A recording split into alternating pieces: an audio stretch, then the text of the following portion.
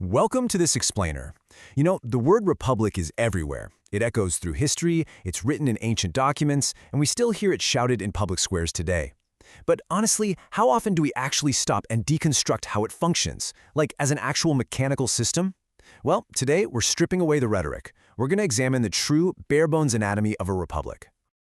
Okay, let's dive into this. When you look at the United States Capitol set against a dramatic sky, you're not just looking at a beautiful architectural wonder. You are looking at the physical manifestation of an incredibly specific framework of governance. It literally carries the weight of centuries of history. So we're going to pop the hood and look at the actual blueprints of this system, cutting through all the noise to understand the engine that really drives it. Here is our roadmap for today. First, we're defining the republic. Second, we'll hit the core principles of power. Third, how this system actually works. Fourth, we'll look at the republic versus other systems. Fifth, the historical timeline. And finally, number 6, the power of the people. Let's get right into it. Section 1. Defining the republic. What exactly is this system at its absolute core? The entire foundation of this system is built on one incredibly powerful truth. Power is not in the hands of a king or a few. It is in the hands of the people through their chosen leaders.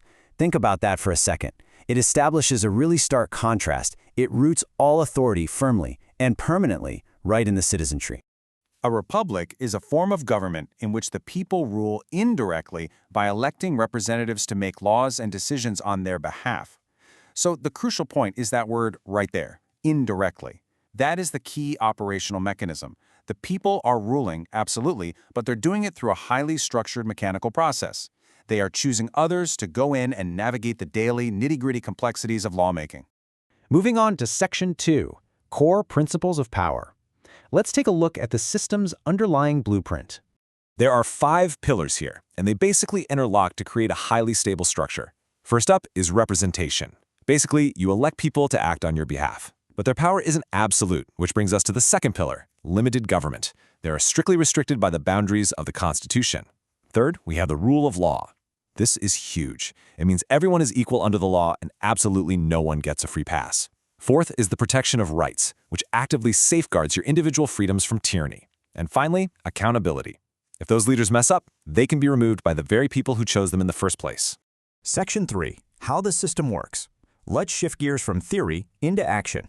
Let's move to and see how this builds into a relentless, continuous cycle. Step 1. The people vote. Citizens cast their ballots for leaders who reflect their own values. Then, Step 2.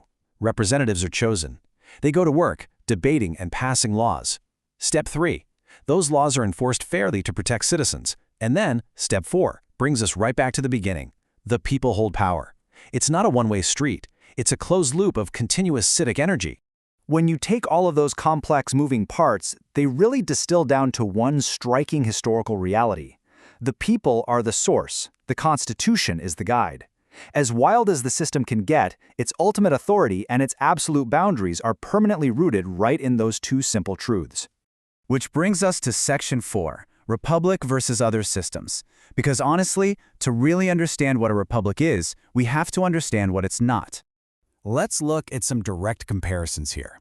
A republic relies on indirect rule and strict constitutional limits. Now contrast that with a monarchy. There, power is inherited, not voted on. Or look at a dictatorship. You've got one person in charge, no limits, and absolutely zero accountability to the public. Then you have communism, where power is heavily centralized, the state owns everything, and individual freedoms are strictly restricted.